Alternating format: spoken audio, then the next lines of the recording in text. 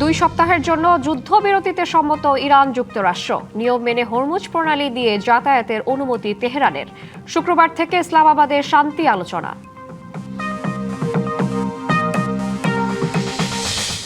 প্রয়োজনে আগামী মাসে জ্বালানি তেলের দাম বাড়াতে পারে সরকার। গ্রাহকের তেল সংগ্রহের পরিমাণ নির্ধারণে তৈরি হলো অ্যাপ।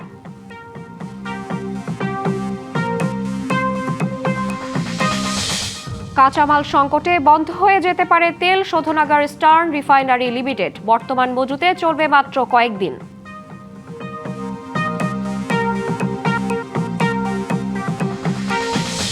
হামের উপসর্গ নিয়ে 24 ঘন্টায় রেকর্ড 11 শিশুর মৃত্যু।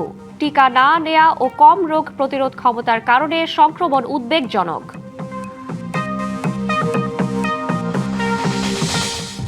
দুই দিনের সফরে দিল্লিতে পররাষ্ট্রমন্ত্রী খলিলুর রহমান। মরিশাস যাওয়ার আগে বৈঠক করবেন ভারতের গুরুত্বপূর্ণ ব্যক্তিদের সাথে।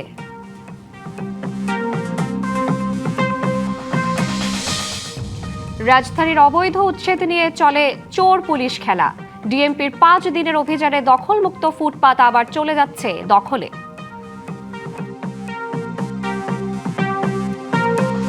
স্বাগত ডিবিসি সংবাদে, দেখছিলেন মার্কেন্টাইল ব্যাংক সংবাদ শিরোনাম। এবার জানাবো খবরের বিস্তারিত। আপনাদের সাথে আছি আমি সুমাইয়া আফরিন শ্রাবন্তী। দুই পক্ষের হুঁশিয়ারি, হামলা পাল্টা হামলার পর অবশেষে যুদ্ধবিরতিতে সম্মত হল যুক্তরাষ্ট্র ও ইরান। পাকিস্তানের মধ্যস্থতায় 2 সপ্তাহের জন্য কার্যকর হবে এই যুদ্ধবিরতি। একই সঙ্গে নির্দিষ্ট নিয়ম মেনে হরমুজ প্রণালী দিয়ে যাতায়াতের অনুমতি দিয়েছে তেহরান। পাকিস্তানের প্রধানমন্ত্রী শেহবাজ শরীফ এক বিবৃতিতে এ তথ্য জানান ইরানের 10 দফা প্রস্তাবে ট্রাম্প সায় দেয়ায় এ যুদ্ধবিরতিতে সম্মত হয়েছে দুই দেশ। পাকিস্তানের রাজধানী ইসলামাবাদে শুক্রবার শুরু হচ্ছে স্থায়ী শান্তি চুক্তি নিয়ে আলোচনা। এদিকে যুদ্ধবিরতি নিয়ে সামাজিক মাধ্যম ট্রুথ সোশ্যালে ডোনাল্ড ট্রাম্প লিখেন, পাকিস্তানের প্রধানমন্ত্রী এবং ফিল্ড মার্শাল আসিম মুনিরের অনুরোধে ইরানের বিরুদ্ধে পরিকল্পিত ধ্বংসাত্মক সামরিক হামলা স্থগিত রাখা হয়েছে। তবে এজন্য ইরানকে হরমুজ প্রণালী নিরাপদভাবে খুলে দিতে হবে। আর ইরানের সর্বোচ্চ জাতীয় নিরাপত্তা পরিষদের পক্ষে পররাষ্ট্রমন্ত্রী সাইয়েদ আব্বাস আরাকচি এক বিবৃতিতে জানান, ইরানে হামলা বন্ধ করলে এবং আলোচনার প্রস্তাবের ভিত্তিতে তারা অভিযান স্থগিত রাখবে। তবে শত্রুপক্ষ ভুল করলে কড়া জবাবের হুঁশিয়ারি দিয়েছে দেশটি। এর ফলে শেষ মুহূর্তের নাটকীয়তায় মধ্যপ্রাচ্যের যুদ্ধের দাবামা কিছুটা স্তিমিত হলো। এদিকে ইরান যুক্তরাষ্ট্রের যুদ্ধবিরতির ঘোষণার সাথে সাথে বিশ্ববাজারে তেলের দাম 15% হ্রাস পেয়েছে। সরকার বলছে সংকট নেই। প্রায় প্রতিদিনই জ্বালানি নিয়ে দেশের বন্দরে ভিড়ছে জাহাজ। তারপরও জ্বালানি তেলের জন্য বাড়ছে হাহাকার। রাজধানীর ফিলিং স্টেশনগুলোতে কমছে না অপেক্ষার পালা। ভোর না হতেই লাইনে দাঁড়ানো গাড়ির সারি। কারো চোখে ঘুম নেই, কারো মুখে ক্লান্তির ছাপ। রাজধানীর তেলের পাম্পগুলো যেন এখন অপেক্ষার আরেক নাম। বেশিরভাগ পাম্পই বন্ধ, আর যেগুলো খোলা সেগুলোতেই উপচে পড়া ভিড়। সরকারি আশ্বাসে সংকট নেই, তবু মানুষের মনে রয়ে গেছে অনিশ্চয়তা আর আতঙ্ক। রাত তো গেল, এই দিন তো কি হবে বলতে পারতেছি না। সামনে তো আরো মনে হয় 200 মতো বাইক আছে, আল্লাহ জানে কখন শেষ হবে, কখন বাসায় যাবে। সময় তো নষ্ট হচ্ছেই। এখন গিয়ে টায়ার্ড হয়ে গেছি, হয়তোবা দিনের বেলা আমি ঠিক মতো দোকানও যেতে পারবো না, এটাই স্বাভাবিক। সময় বাড়ার সঙ্গে সঙ্গে বাড়ে লাইনের দৈর্ঘ্য। অকটেনের আশায় শত শত গাড়ি দাঁড়িয়ে থাকে ঘন্টার পর ঘন্টা। কখনো সেই লাইন ছুঁয়ে ফেলে প্রধান সড়ক। দিনের অর্ধেক ভাগেই যদি এখানে চলে যায় তাহলে আর কেমনি কি, এখানে আসলে বলার কোনো ভাষা নাই। সময় গড়ায়, ক্ষুধা বাড়ে, ক্লান্তি জমে, তবুও লাইনে থেকে সরে দাঁড়ানোর উপায় নেই। কারণ এই তেলেই তাদের জীবিকার একমাত্র ভরসা। ক্লান্ত তো আমাদের আছেই, এই যে খাইতে ভয় করে, পানি খাইতে ভয় করে। অল্প কিছু পাম্পে হাজারো মানুষের ভিড়। চাপ বাড়ায়, কমেছে সরবরাহের গতি। প্রতিটি গাড়িতে সময় লাগছে দীর্ঘক্ষণ। আমি সারা রাত ধরে এখানে, আমি কখন ঘুমাবো, কখন কাজে যাব, এই বিষয়টা সবার একটু নজরে নেওয়া উচিত।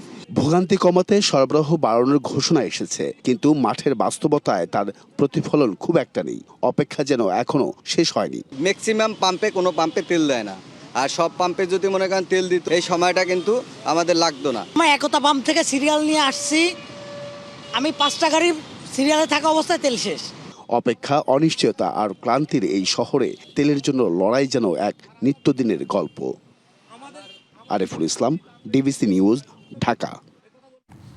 কাঁচামালের সংকটে যে কোনো সময় বন্ধ হয়ে যেতে পারে রাষ্ট্রায়ত্ত একমাত্র তেল পরিশোধনাগার ইস্টার্ন রিফাইনারি লিমিটেড। বর্তমানে যে পরিমাণ মজুদ ও পাইপলাইনের তেল রয়েছে তা দিয়ে উৎপাদন চালু রাখা সম্ভব হবে মাত্র কয়েকদিন। বিপিসি কর্মকর্তারা জানান, ইস্টার্ন রিফাইনারি যাতে বন্ধ না হয় সেজন্য সরকারের পক্ষ থেকে জরুরি ভিত্তিতে তেল আমদানির চেষ্টা চলছে। দেশে বছরের জ্বালানি তেলের চাহিদা প্রায় ৭২ লাখ টন। এর মধ্যে ৯২% চাহিদা মেটাতে হয় আমদানি করে, আর ৮% পাওয়া যায় স্থানীয় উৎস থেকে। সরবরাহ করা জ্বালানির মধ্যে ১৫ লাখ টন অপরিশোধিত জ্বালানি পরিশোধন করে ইস্টার্ন রিফাইনারি। মধ্যপ্রাচ্যে যুদ্ধ শুরুর পর গত ৩৫ দিনে অপরিশোধিত তেল নিয়ে কোনো জাহাজ না আসায় ফুরিয়ে এসেছে ইস্টার্ন রিফাইনারির কাঁচামাল। এখন ব্যবহারযোগ্য মাত্র ২০,০০০ টন অপরিশোধিত তেলের মজুত আছে। যে কোনো সময় বন্ধ হয়ে যেতে পারে পরিশোধনাগারটি। আগামী হয়তো 10 তারিখ পর্যন্ত চলতে পারে, বাট এর মধ্যেও যেহেতু খুব লো ফিডে চলতেছে, যে কোনো সময় এটা লো ফিডে চললে একটু রিস্কও চলে আসে, এবং এই রিস্কের কারণে যদি ঝামেলা হয় তাহলে যে কোনো সময় বন্ধ হতে পারে, আর না হলে বড় জোর আর 10 তারিখ পর্যন্ত চলবে। ইস্টার্ন রিফাইনারিতে কাঁচামালের সংকট হওয়ায় সরকার বিকল্প পথে সৌদি আরব থেকে ১ লাখ টন অপরিশোধিত তেল আমদানি করছে। পার ডে আমার 1 লাখ মেট্রিক টন যদি ক্রুড আসে, তো এখানে ধরেন আমরা ৩৬,০০০ মেট্রিক টন শুধু ডিজেল পাই। যে মজুদ রয়েছে এটা দিয়ে আরো 10 দিন চলবে, আর আমাদের নেক্সট কার্গোটা চলে আসবে মের ফার্স্ট উইক। চলতি মাসে অপরিশোধিত তেলের চালান নিয়ে আর কোনো জাহাজ আসবে না চট্টগ্রাম বন্দরে। যে জাহাজের শিডিউল আছে সেটি আসতে পারে ১ মে। এদিকে এসপিএম কমিশনিংয়ের সময়ে পাইপলাইনে জমা থাকা ৫,০০০ টন ক্রুড ইস্টার্ন রিফাইনারিতে আনা হচ্ছে। ঠিকমতো যদি ফিনিশ প্রোডাক্টও আনতে না পারে তাহলে জ্বালানি সমস্যা অবশ্যই হবে, এবং সেক্ষেত্রে আমাদের আরও কৃচ্ছতা সাধনের পথে যেতে হবে। আমাদের যেমন অফিস আদালত বন্ধ করার প্রয়োজন হতে পারে, অনেক কিছু সেক্টর ওয়াইজ ফার্টিলাইজার ফ্যাক্টরিগুলো বন্ধ করে দিতে হতে পারে।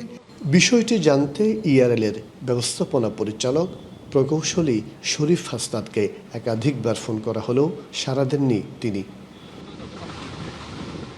মাসুদুল হক, ডিবিসি নিউজ, চট্টগ্রাম।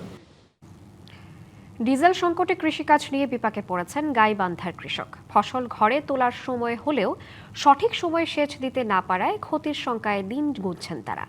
চলতি মৌসুমে ধানের লক্ষ্যমাত্রা অর্জন নিয়েই দেখা দিয়েছে বড় সংশয়। জ্বালানি সংকটে অচল হয়ে পড়েছে ডিজেল চালিত সেচ পাম্প, নলকূপ ও কৃষি যন্ত্রপাতি। মাঠভরা সবুজ ধানের পরিচর্যায় কৃষকের ব্যস্ত থাকার কথা ছিল গাইবান্ধার বিস্তীর্ণ জনপদে, কিন্তু পানির অভাবে ফেটে চৌচির জমিতে অলস পড়ে আছে সেচ যন্ত্র। জেলা জুড়ে এখন এমন হাহাকার, বিশেষ করে বোরোর ভরা মৌসুমে ডিজেলের ঘাটতি দেখা দেয় চরম বিপাকে কৃষক।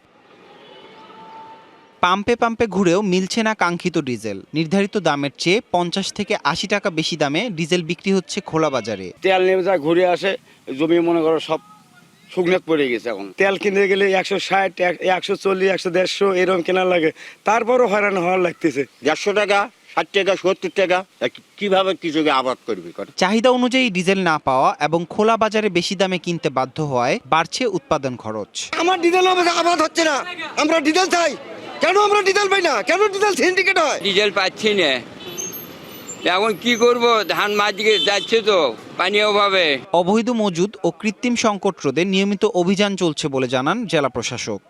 আমরা আমাদের প্রত্যেকটি ফিলিং স্টেশনে আমরা নিরাপত্তা ব্যবস্থা জোরদার করেছি। প্রতিটি ফিলিং স্টেশনে ট্যাগ অফিসার নিয়োগ করা হয়েছে। যারা অবৈধভাবে মজুদ করার জন্য যারা কাজ করছে তাদের বিরুদ্ধে আমাদের নিয়মিত অভিযান পরিচালিত হচ্ছে। সময় মতো সেচ দিতে না পারা আর বাড়তি খরচের বোঝা, সব মিলিয়ে চলতি মৌসুমে ধানের লক্ষ্যমাত্রা অর্জন নিয়ে দেখা দিয়েছে বড় সংশয়। DBC news desk. হামের প্রাদুর্ভাবে বড় হচ্ছে মৃত্যুর মিছিল। মানুষের মাঝে বাড়ছে উদ্বেগ আর উৎকণ্ঠা। গত 2 দশকের মধ্যে হামে আক্রান্ত হয়ে মৃত্যুর সব রেকর্ড ভেঙেছে এবার। গেল 24 ঘন্টাতেই হাম ও উপসর্গ নিয়ে দেশের রেকর্ড 11 শিশুর মৃত্যু হয়েছে। রাজধানীর মহাখালীর সংক্রামক ব্যাধি হাসপাতাল। দিনে দিনে এখানে ব্যাপক চাপ বেড়েছে হামে আক্রান্ত রোগীর। শয্যার জায়গা না পেয়ে হাসপাতালের মেঝেতে চিকিৎসা নিতে হচ্ছে রোগীদের। হামের প্রভাবে জ্বরের পাশাপাশি নিউমোনিয়া ও ডায়রিয়াতেও আক্রান্ত হচ্ছে শিশুরা। জ্বরের থেকে এডি উঠছে উড়ে নাতাম সদর আসছিলাম হাসপাতাল 4 দিন এতন আবার হয়েছি। খুব জ্বর ছিল, জ্বরটা মাথা ছিল বেশি, বুঝছেন, আর ছিল কি হলো পাতলা পায়খানা আরো বেশি। হামের থেকে নিউমোনিয়া হয়ে গেছে, বুকে ইনফেকশন করছে, তো চিকিৎসা করছে, আল্লাহর রহমতে এখন বাচ্চা মোটামুটি সুস্থ আছে। এখন মহাখালীর ডিএসসিসি কোভিড হাসপাতালেও হাম উপসর্গ নিয়ে রোগীর ভিড় বাড়ছে। 24 ঘন্টায় হাসপাতালটিতে উপসর্গ নিয়ে ভর্তি হয়েছে 64 জন। গেল 16 দিনে ভর্তি হয় 713 জন। এর মধ্যে মারা গেছে 4 শিশু। শুধু শিশু নয়, হামের উপসর্গ নিয়ে হাসপাতালে ভর্তি হচ্ছে প্রাপ্তবয়স্করাও। ছিল এখন যাই হোক এখানে ট্রিটমেন্ট হয়ে প্রাথমিক যে সমস্যাগুলো ছিল সেগুলো প্রায় ক্লিয়ার হয়ে গেছে। এখন হচ্ছে জটিল একটু সমস্যা আছে, যেটা আছে ওই যে শ্বাসকষ্ট, বুকের ভিতরে একটু ব্যথা ট্যাথা, এগুলো। হামটা ভালো হয়েছে, ঠান্ডাটাও আল্লাহর রহমতে একটু ভালোর দিকে। ডাক্তার বলছে আজকে ছুটি দিয়ে দিবে। সব মিলিয়ে জটিল হয়ে উঠেছে পরিস্থিতি। গত 24 ঘন্টায় সারা দেশে হাম ও উপসর্গ নিয়ে 11 জনের মৃত্যু হয়েছে। হাসপাতালে ভর্তি হয়েছে 499 জন। মহাখালী সংক্রমণ ব্যাধি হাসপাতালের তত্ত্বাবধায়ক জানালেন, সীমিত সরঞ্জাম নিয়েও দেয়া হচ্ছে সর্বোচ্চ চিকিৎসা। বাচ্চা প্রথমে র্যাশ হচ্ছে, যেহেতু এটা ড্রপলেট ইনফেকশনের মাধ্যমে হয়, বাচ্চার ফুসফুসে আসে, আগে অ্যাটাক করে, তখন ওই যে কাশি, শ্বাসকষ্ট শুরু হয়। ওরকম হলে তো আমাকে সাথে সাথে হাসপাতালে ভর্তি হইতেই হবে, কারণ আমার অক্সিজেনের ব্যাপার আছে। আসলে যেখানে ভেন্টিলেশনের ব্যবস্থা আছে ওইখানটায় বাচ্চাগুলোকে তাড়াতাড়ি নিতে হবে। পরিস্থিতি সামাল দিতে জরুরি ভিত্তিতে টিকাদান কর্মসূচি শুরু করেছে সরকার। সানিয়া আহমেদ, ডিবিসি নিউজ, ঢাকা। 2 দিনের সফরে ভারতের রাজধানী দিল্লিতে গেছেন পররাষ্ট্রমন্ত্রী ডক্টর খলিলুর রহমান। মঙ্গলবার বিকেলে তিনি দিল্লি ইন্দিরা গান্ধী আন্তর্জাতিক বিমানবন্দরে পৌঁছান। এ সময় সেখানে তাকে স্বাগত জানান ভারতীয় পররাষ্ট্র মন্ত্রণালয়ের এক কর্মকর্তা এবং দিল্লিতে নিযুক্ত বাংলাদেশের হাই কমিশনার রিয়াজ হামিদুল্লাহ। মরিশাসে ইন্ডিয়ান ওশেন কনফারেন্সে যোগদানের আগে ভারত সফরে গেলেন পররাষ্ট্রমন্ত্রী। তার সফর সঙ্গী প্রধানমন্ত্রীর পররাষ্ট্র বিষয়ক উপদেষ্টা হুমায়ুন কবির। এ সফরে ভারতের নিরাপত্তা উপদেষ্টা অজিত দোভাল, পররাষ্ট্রমন্ত্রী এস জয়শঙ্কর সহ গুরুত্বপূর্ণ ব্যক্তিদের সঙ্গে বৈঠক করার কথা রয়েছে। দিল্লি থেকে একই ফ্লাইটে কনফারেন্সে যোগ দিতে মরিশাস যাওয়ার কথা রয়েছে খলিলুর রহমান ও ভারতের পররাষ্ট্রমন্ত্রী এস জয়শঙ্করের। ডিএমপি টানা 5 দিন উচ্ছেদ অভিযান চালিয়ে রাজধানীর সড়ক ও ফুটপাত দখলমুক্ত করলেও আবারও হয়ে যাচ্ছে দখল। উচ্ছেদের পরপরই সেখানে চৌকি টেবিল বসিয়ে ভেঙে দেয়া দোকানপাট মেরামত করে আগের মতোই চলছে ব্যবসা। পুলিশ বলছে পুরোপুরি দখলমুক্ত করতে আবারও মাঠে নামবে ডিএমপি। আর সিটি কর্পোরেশন বলছে টিকিট কাউন্টার সহ এখনও যেসব অবৈধ স্থাপনা রয়েছে সেগুলো সরাতে নির্দেশনা দেওয়া হয়েছে। রাজধানীর গুরুত্বপূর্ণ সড়ক ও ফুটপাত দখলমুক্ত করতে 1 এপ্রিল থেকে টানা 5 দিন অভিযান চালায় ডিএমপির ট্রাফিক বিভাগ। লক্ষ্য ছিল হকার ও অবৈধ দখলদার সরিয়ে পথচারীর জন্য ফুটপাত উন্মুক্ত করা। কিন্তু অভিযান শেষ হতে না হতেই পুরনো চিত্রে বেশিরভাগ সড়ক ও ফুটপাত। সরেজমিনে দেখা যায় একদিকে চলছে উচ্ছেদ, অন্যদিকে দখল নিচ্ছেন হকাররা। ভেঙে দেয়া দোকান মেরামত করে আবার বসছে ব্যবসা। New market, Gulistan, Moghbazar, Bangla motor, Dhaka medical, Farmgate সহ রাজধানীর বিভিন্ন এলাকা ঘুরে একই চিত্র দেখা গেছে। তবে কিছু জায়গায় দখলমুক্ত রয়েছে ফুটপাত। ফুটপাতের উপর দোকানপাটের কারণে আমাদের সাধারণ জনগণের চলাফেরা করতে সমস্যার সম্মুখীন হতে হচ্ছে। ফুটপাত দখলমুক্ত থাকলে ভালো, পরিবেশ ভালো হয়, ক্লিন থাকে। দখলমুক্ত হওয়াটা খুবই জরুরি, খুবই দরকার, না হলে দেখা গেছে আরও সমস্যা হইতে পারে। ক্লিয়ার করে দিয়ে গেল, এর 1 ঘন্টা পরে দেখা গেল আবার সেই আগের মতো আস্তে আস্তে ওই যে কিছু চৌকি নিয়ে গেছে ওইগুলো আবার মেরামত শুরু করছে, যার যার পজিশন আবার দখল করছে। এখানে অবৈধ স্থাপনা উচ্ছেদের পর থেকে আমরা এখন আগে থেকে অনেক বেশি স্বস্তিতে আছি। ঢাকা মেডিকেল কলেজ হাসপাতাল এলাকার চিত্র ভয়াবহ। সেখানে ফুটপাত ও সড়ক দখল করে আছে শত শত দোকান। দোকানীদের দাবি বিকল্প ব্যবস্থা ছাড়া উচ্ছেদ করা হলে হুমকিতে পড়বে তাদের জীবিকা। 18 থেকে 20 বছর ধরে আমি এটা করতেছি, শিখছি, এটা অন্য কি করব আমি। যারা ফুটপাতে দোকানদারি করে রে দেশের নাগরিক ন।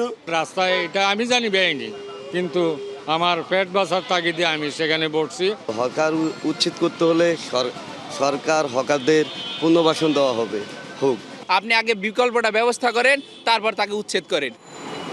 ডিএমপি জানায় 1 সপ্তাহ আর উচ্ছেদ অভিযান চালানো হবে না। আগের উচ্ছেদ করা স্থানগুলোই ধরে রাখার চেষ্টা করা হবে। 5 দিনের অভিযানে 405টি মামলা দেওয়া হয়েছে এবং 96 জনকে বিভিন্ন মেয়াদে সাজা প্রদান করা হয়েছে। আবার প্রয়োজন হলে এই অভিযান পরিচালনা করা হবে। ঢাকার 2 সিটি কর্পোরেশনের প্রশাসক বলছেন, চলাচল স্বাভাবিক রাখতে করণীয় সব উদ্যোগ নেওয়া হয়েছে। হকার ভাই যারা আছেন তারাও যাতে আমাদেরকে যদি সহযোগিতা না করেন, আমরা তো বলছি যে তাদের জন্য আমরা বিকল্প ব্যবস্থা যেটা করতে চাই, হলিডে মার্কেট করতে চাই। বিকেলে 5টা থেকে রাত্র 10টা 11টা পর্যন্ত আমরা নৈশকালীন মার্কেট করতে চাই। উৎপাদটা উচ্ছেদ করতেই হবে, কারণ হলো জনগণের কাছে কিছু কমিটমেন্ট আছে। আন্তঃজেলা বাস সার্ভিসের কিছু জায়গায় দেখবেন আপনার যেগুলো নাইট কোচ বলে, সেখানে কিছু রাস্তা কিছু কাউন্টার আছে। এর মধ্যে কিন্তু অনেকগুলো কাউন্টার আমরা নোটিশ দিয়ে উঠিয়েও দিয়েছি। সিটি সার্ভিস যেগুলি, সেগুলো আপনি ঠিকই বলেছেন, কিছু কিছু জায়গায় আছে, তাদের সাথে একই দিনই কিন্তু আমরা কথা বলেছি। সংশ্লিষ্টরা বলছেন, অভিযান নয়, স্থায়ী পুনর্বাসনই হতে পারে এই সমস্যার দীর্ঘমেয়াদী সমাধান। আঞ্জাম খালেক, ডিবিসি নিউজ, ঢাকা। প্রায় 3,34,000 মানুষের একমাত্র ভরসাস্থল টেকনাফ উপজেলা স্বাস্থ্য কমপ্লেক্স। প্রতিনিয়ত রোগীদের অবজ্ঞা ও অবহেলার মধ্য দিয়ে চলছে এখানকার জরুরি বিভাগের কার্যক্রম। চিকিৎসকদের স্বেচ্ছাচারিতায় ঘণ্টার পর ঘণ্টা বসে থাকতে হয় রোগীদের। চিকিৎসকদের অবহেলার বিষয়টি খতিয়ে দেখে ব্যবস্থা নেয়ার আশ্বাস বিভাগীয় স্বাস্থ্য পরিচালকের। চিকিৎসকের অপেক্ষায় রোগী, কয়েকজনের অবস্থা আশঙ্কাজনক, কিন্তু জরুরি বিভাগে নেই কোনো চিকিৎসক। এমন চিত্র টেকনাফ উপজেলা স্বাস্থ্য কমপ্লেক্সের প্রতিদিনকার। টেকনাফ পৌরসভার 2 নম্বর ওয়ার্ডের নূরজাহান শ্বাসকষ্ট নিয়ে 1 ঘণ্টারও বেশি সময় ধরে জরুরি বিভাগে চিকিৎসকের অপেক্ষায়। 1 ঘণ্টা পর নূরজাহানকে প্রাথমিক চিকিৎসা না দিয়েই পাঠিয়ে দেন কক্সবাজার সদর হাসপাতালে। শ্বাস নিঃশ্বাসের সমস্যা, আর মানে ব্লাডের সমস্যা, আর হচ্ছে গিয়ে আপনার লাংসেরও সমস্যা আছে। জরুরি বিভাগে ডিউটি ডক্টর যে থাকে উনি নাই। অভিযোগ রয়েছে, জরুরি বিভাগে কর্তব্যরত চিকিৎসক নিজ দায়িত্ব রেখে অন্য দায়িত্ব পালন করতে যাওয়ায় এই পরিস্থিতির মুখোমুখি হতে হয় রোগী ও স্বজনদের। একজন ডাক্তার দিয়ে কোনো এমার্জেন্সিতে এরকম কোনো কাজ আমার দ্বারা যদি একসাথে যদি 2-4-5টা যদি রোগী আসে, তাহলে তো এটা হিমশিম হয়ে খেয়ে যাবে, খুবই সিরিয়াসলি আসে। আর আসিয়া ডাক্তার আসিল, তো ডাক্তারের চিকিৎসা কথা হয়ে হাইরা চিকিৎসা মানে অক্সিজেন লাগাই দিয়ে হতে ডাক্তার করে আগে। এসব অভিযোগ নিয়ে জরুরি বিভাগে কর্তব্যরত চিকিৎসকের সাথে কথা বলতে গেলে সাংবাদিকদের পড়তে হয় বাধার মুখে। রোগীরা অভিযোগ করছে যে আপনাকে জরুরি বিভাগে পাচ্ছে না। আমি এখানে আসি, আপনি বের হন। আমি বিসিএস ক্যাডার অফিসার। আপনি বের হতে কারে বলতেছেন? আপনি বের হতে কারে বলতেছেন? ওইখানে রোগীরা কষ্ট পাচ্ছে, চিকিৎসা না পেয়ে আপনি এখানে রাউন্ড দিতে আসছেন। চিকিৎসক সংকট, জরুরি বিভাগে সেবা না পাওয়ার বিষয়গুলো নিয়ে দ্রুত ব্যবস্থা নেওয়ার কথা জানালেন বিভাগীয় স্বাস্থ্য পরিচালক। ইনডোরের নর্মাল হচ্ছে বিকাল এবং রাত্রে রাউন্ড যেগুলো হয়, এবং ইনডোরের রোগীর কোনো সমস্যা, এটা ইউমোরাই ওই দায়িত্বটা পালন করেন। তারপরও যদি নিচে রুগী জমে যায়, তো এগুলো এসে দেখে দিতে হবে। রাউন্ড একবার যে শেষ, আমি নির্দেশনা দিয়ে দিচ্ছি ওনাদের। মর্নিং রাউন্ড দেন আরমো সাহেব, যদি আরমো পোস্টেড থাকে আমি নলেজ নিচ্ছি, আমি ওখানে এসি প্রসাবের সাথে কথা বলে আমি দেখতেছি বিষয়টা। আচ্ছা, আমি জানছি, অসুবিধা নেই, আমি দেখতেছি। মুমূর্ষু রোগী রেখে কর্তব্যরত চিকিৎসকের স্বেচ্ছাচারিতা বন্ধ না হলে যে কোনো সময় ঘটতে পারে মর্মান্তিক ঘটনা, এমন আশঙ্কা রোগী ও স্বজনদের। DBC news desk. দেশে আমিষের বড় উৎস মাছ। এই মাছের অনেকটাই যোগান দেন উপকূলের জেলেরা, কিন্তু বাস্তবতা হলো যারা মাছ ধরে দেশের পুষ্টির চাহিদা মেটান, তাদের পরিবার ভুগছে অপুষ্টি, দারিদ্র্য আর স্বাস্থ্য ঝুঁকিতে। জেলে পরিবারের স্বাস্থ্য সুরক্ষা নিশ্চিতের দাবি সচেতন মহলের। নদী আর সাগরই জীবনের ভরসা। ভোর থেকে গভীর রাত পর্যন্ত মাছ ধরেই চলে উপকূলের লাখো জেলের জীবন, কিন্তু এই মাছই তাদের ঘরে পৌঁছায় না। মধ্যস্বত্বভোগী আর দাদনের চক্রে বন্দী তারা। অভাবের চক্রে পড়ে জেলে পরিবারগুলোর বড় অংশই ভুগছে অপুষ্টিতে। বরগুনা সদরের জেলখানা গ্রামের জেলে সিদ্দিক মল্লিক পায়রা নদীতে ৩০ বছর ধরে মাছ শিকার করেও পরিবর্তন হয়নি ভাগ্যের। অভাব অনটনে উপেক্ষিত পরিবারের স্বাস্থ্য সুরক্ষা। আগে কিছু মাছ পাইতাম, এখন মাছ পোনা খুবই কম, সংসার চালাইতে খুবই দুর্বলতা, ছেলে মেয়ের অসুস্থতা, চিকিৎসা করতে খুব সমস্যা। শুধু সিদ্দিকের পরিবারই নয়, বিভাগের অন্যান্য জেলার জেলেপল্লীতেও একই চিত্র। ইউনিসেফের তথ্য অনুযায়ী দেশের প্রতি ৮টি শিশুর মধ্যে একটি শিশু অপুষ্টিতে ভুগছে। আর উপকূলীয় জেলে পরিবারে এ সমস্যা প্রকট। শিশুদের পাশাপাশি নারীরাও অধিকতর স্বাস্থ্য ঝুঁকির মুখে। একটা জেলে পরিবারের নারী শিশু যারাই আছে, বেশিরভাগ পরিবারের শিশু বলি নারী বলি সবাই পুষ্টিহীনতায় ভুগছে। তাদেরকে সাগরে পাঠাচ্ছে, মাছ ধরতে পাঠাচ্ছে। সেই সব মালিকদেরকে উদ্যোগ নিতে হবে, সরকারকে উদ্যোগ নিতে হবে, জনপ্রতিনিধিদেরকে উদ্যোগ নিতে হবে, অন্তত স্বাস্থ্যসেবার অধিকারটা পায়। যারা দেশের পুষ্টির যোগান দেন তাদের নিজেদের সন্তান পরিবারই অপুষ্টির শিকার। চিকিৎসা এখানে বিলাসিতা। একটা হাসপাতাল মানে ঘন্টার পর ঘন্টা নদী আর বন্ধুর পথ পাড়ি দেয়া। ফলে অপুষ্টি শুধু সমস্যা নয়, এটা যেন নিয়তি।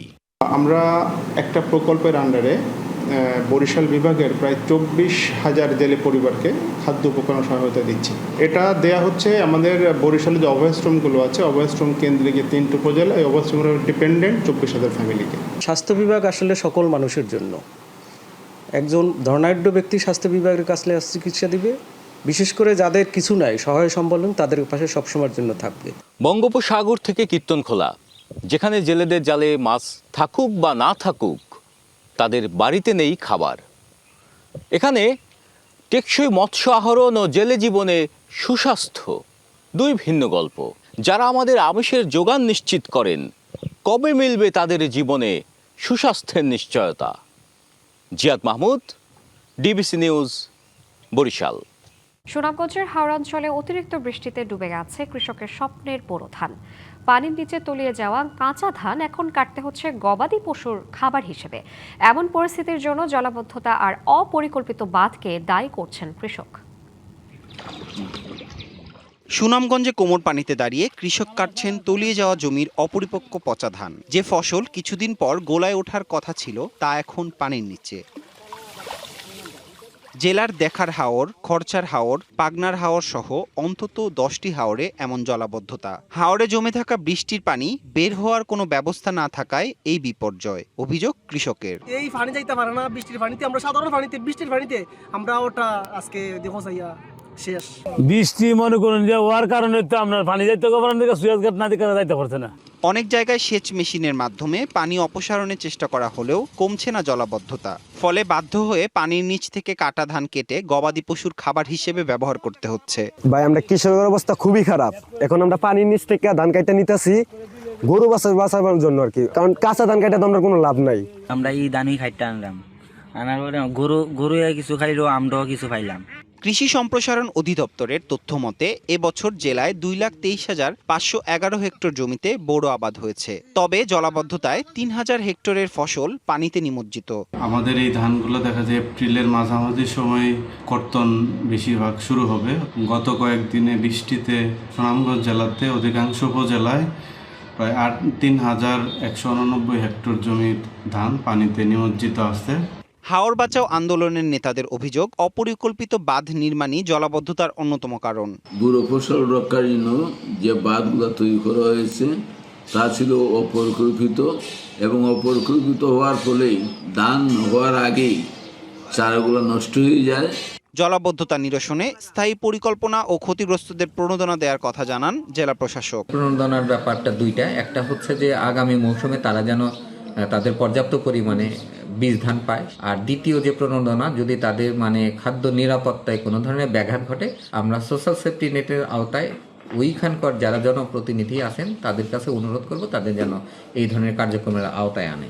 পরিস্থিতি মোকাবেলায় সরকার শিগগিরই প্রয়োজনীয় পদক্ষেপ নেবে, এমন প্রত্যাশা সুনামগঞ্জবাসীর। DBC news desk. পাহাড়ের ঢালে জন্মায় উলু ফুল, সমতলে যা ফুল ঝাড়ু নামে পরিচিত। এই উলু ফুলই এখন বদলে দিচ্ছে পাহাড়ের অর্থনীতি। উলু ফুল সংগ্রহ করে স্বাবলম্বী অনেকেই। শুধু তাই নয়, চাহিদা থাকা স্থানীয় বাজার ছাড়িয়ে পৌঁছে যাচ্ছে দেশের নানা প্রান্তে। পাহাড়ের খাজে খাজে উলু ফুলের সমারোহ। এই ফুল সংগ্রহ ও প্রক্রিয়াজাতে এখন ব্যস্ত সময় পার করছেন ক্ষুদ্র নৃগোষ্ঠীর অনেকে। ঘর পরিষ্কারে উলু ফুল বা ফুলঝাড়ু বহুল ব্যবহার হওয়ায় এর চাহিদাও প্রচুর। আর চাহিদাকে কেন্দ্র করে পাহাড়ের অনেকেই এখন জড়িয়েছেন এই ফুল সংগ্রহে। এখন চাষাবাদও করে বা বাগানদার টাকারও এটা এখন ধারণ করছে। স্থানীয় বাজারে 10 শলাকার প্রতি আটি 10 থেকে 15 টাকা ও 20 শলাকার প্রতি আটি বিক্রি হয় 20 থেকে 25 টাকা দরে। 4 একর মতো জায়গা পরিষ্কার করে এই ঝাড়ু লাগাই দিচ্ছি আর কি। 10টা কাঠি বাঁধলে বা 12 টাকা, আর 20টা কাঠি বাঁধলে 22 টাকা 25 টাকা এরকম করে ঝাড়ু বেচি আমরা। গ্রামে 20 টাকা করে বেচে আর বাজারে 25 টাকা করে বেচে। ফুলঝাড়ু সংগ্রহ ও বাজারজাত পাল্টে দিচ্ছে পাহাড়ের অর্থনীতি। শুধু তাই নয়, এই ফুল থেকে রাজস্ব পাচ্ছে সরকার।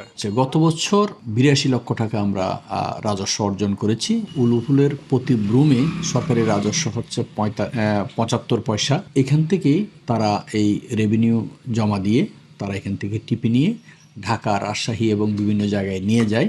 চাহিদা থাকায় পাহাড়ের উলু ফুল স্থানীয় বাজার ছাড়িয়ে পৌঁছে যাচ্ছে দেশের অন্যান্য পাইকারি বাজারেও। DBC news desk. ডিবিসি সংবাদে এই ছিল এখনকার মতো। ডিবিসি নিউজের সংবাদগুলো পড়তে ভিজিট করুন dbcnews.tv আর ভিজিট করুন ডিবিসি নিউজের ফেসবুক পেজ এবং ইউটিউব চ্যানেল। ডিবিসির সঙ্গেই থাকুন।